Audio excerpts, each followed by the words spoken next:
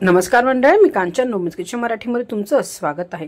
आज आपण करणार आहोत राजस्थान स्पेशल मिरचीची भाजी। तर इथे मिरच्या घेतल्या आहे। मार्केटमध्ये सध्या मिरच्या भरपूर अवेलेबल आहेत, फिक्क्या असतात, बारीक कापून घ्यायच्या आहेत। त्याचबरोबर लसूण घेतलेला आहे, दही घेतलेला आहे, कढीपत्ता आहे आणि बारीक चिरलेली कोथिंबीर आहे। त्याचबरोबर शेंगदाणे घेणार, जोशी तव्यावर भाजून घेणार आहे आणि मिक्सरला ग्राइंड करून घेणार आहे। आता सर्वात आधी तेलावर मी टाकणार आहे राई आणि जिरं, ते व्यवस्थित फ्राय करून घ्यायचं आहे। त्यामध्ये टाकत आहे बारीक चिरलेला लसूण, लसूण पण थोडासा फ्राय करायचा आहे। कढीपत्ता टाकायचा आहे आणि आता त्यामध्ये मी टाकणार आहे मिरच्या, ज्या ऑलरेडी मी स्वच्छ धुवून घेतल्या होत्या आणि बारीक कापून ठेवलेल्या आहेत। आणि ह्या मिरच्या आपण 4 ते 5 मिनिटं तरी व्यवस्थित फ्राय करणार आहेत। नंतर झाकण ठेवून ह्या आपण शिजवून घेणार आहोत।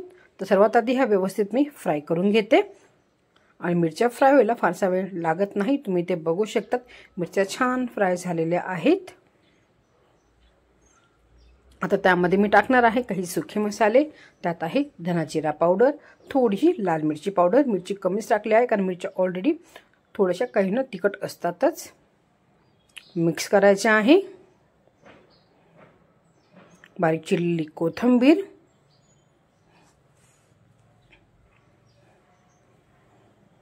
चवीनुसार मीठ आणि गॅसची फ्लेम आता एकदम स्लो करायची आहे।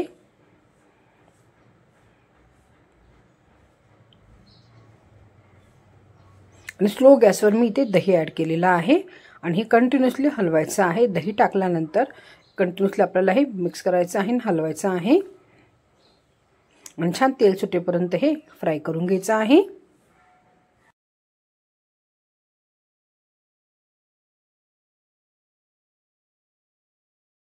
तेल सुटेपर्यंत मिरची व्यवस्थित फ्राय करून घेतली आहे। त्यामध्ये मी टाकला होता 4 चमचे शेंगदाण्याचा कूट। इथे माझा थोडंसं तो व्हिडिओ स्किप झालेला आहे, तुम्ही इथे काजूची पेस्ट पण वापरू शकतात।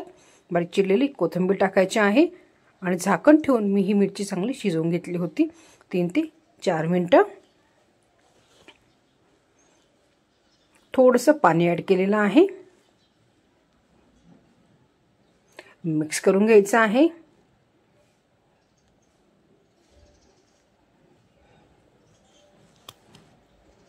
आणि ही तेल सुटेपर्यंत व्यवस्थित आपण आता फ्राय करणार आहोत। 3 ते 4 मिनिटांमध्ये याला छान साइडने तेल सुटायला लागते।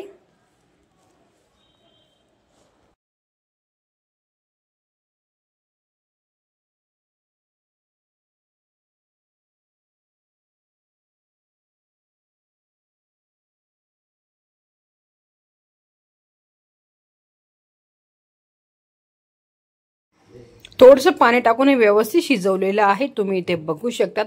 मस्तपैकी तेल वरती आलेलं आहे। तर अशाच प्रकारे ही मिरचीची भाजी आपण तयार करून घेतलेली आहे। इथे आता आपली मिरचीची भाजी रेडी झाली आहे।